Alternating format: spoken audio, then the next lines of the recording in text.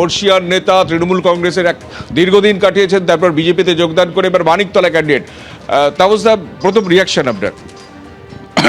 কৃতজ্ঞতা জানাই দলের নেতৃত্বকে, রাজ্য এবং কেন্দ্রীয় নেতৃত্বকে, তারা যে ভেবেছে যে এই একটি অত্যন্ত গুরুত্বপূর্ণ নির্বাচন নিছক একটা বিধানসভা নির্বাচন বা সরকার গড়ার নির্বাচন নয়, এই নির্বাচনের সঙ্গে পশ্চিমবাংলার অনেক অনেক কিছু জড়িয়ে রয়েছে।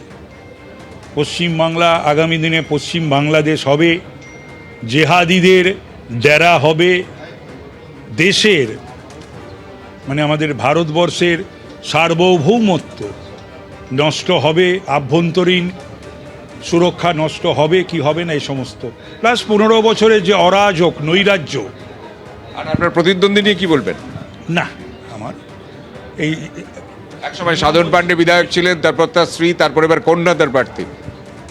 মাল্টি পার্টি সিস্টেমে তো সব রাজনৈতিক দলেরই তো নির্বাচনে লড়ার অধিকার রয়েছে।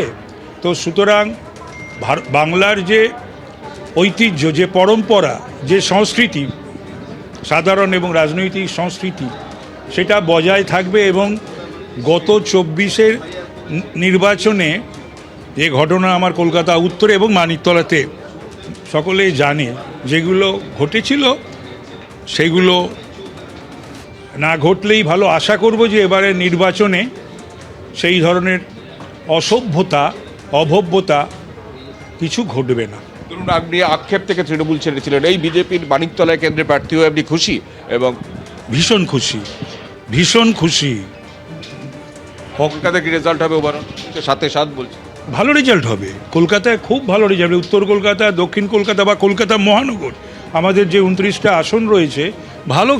অন্য রাজনৈতিক দল বা শাসক দল লাফাচ্ছে বটে, চিৎকার করছে, ওদের বলতে হবে ওদের সমর্থক কুলকে চাঙ্গা রাখার জন্য বা কর্মীদের। আচ্ছা, মানুষ ভোট দেবে কেন? দেবে কেন? এত কিছুর পরও মানুষ ভোট, মানুষের কাছে কোনো মুখ নিয়ে ভোট চাইতে যায়, আর মানুষ ভোট দেবে কেন? অর্জুন দা, আপনি তো নোয়াপাড়ায় এবার ক্যান্ডিডেট। নোয়াপাড়ায় আপনার প্রতিদ্বন্দ্বী হচ্ছে তৃণাঙ্কুর ভট্টাচার্য। আগের চেয়ে কি হালকা মনে হচ্ছে না আরো কঠিন মনে হচ্ছে? প্রিয়াঙ্কুকে যদি আমি প্রতিদ্বন্দ্বী মনে করি, তাহলে প্রতিদ্বন্দ্বী শব্দের অপমান আছে। দেখবেন ভোটের আগেই ভোট ময়দান ছেড়ে পালিয়ে যাবে।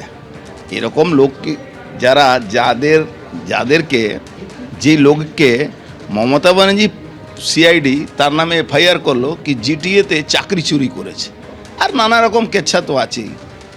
এটা ইডি সিবিআইয়ের ব্যাপার নেই, মমতা ব্যানার্জি পুলিশ।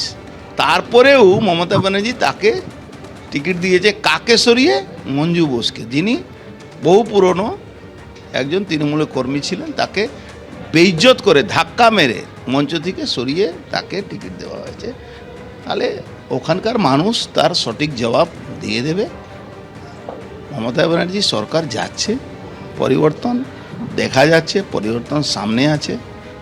এই নোয়াপাড়াতেও পরিবর্তন নিশ্চিত। আমার ব্যারাকপুরে আমি গর্ব করে বলতে পারি, ব্যারাকপুরে 7টা সিটই এখন বিজেপি পক্ষে চলে গেছে। উত্তর 24 পরগনা থেকে এবার কলকাতা আসি। কলকাতার মানিকতলা কেন্দ্রের বিজেপি প্রার্থী তাপস রায়। এবিপি আনন্দ, এগিয়ে থাকে, এগিয়ে রাখে।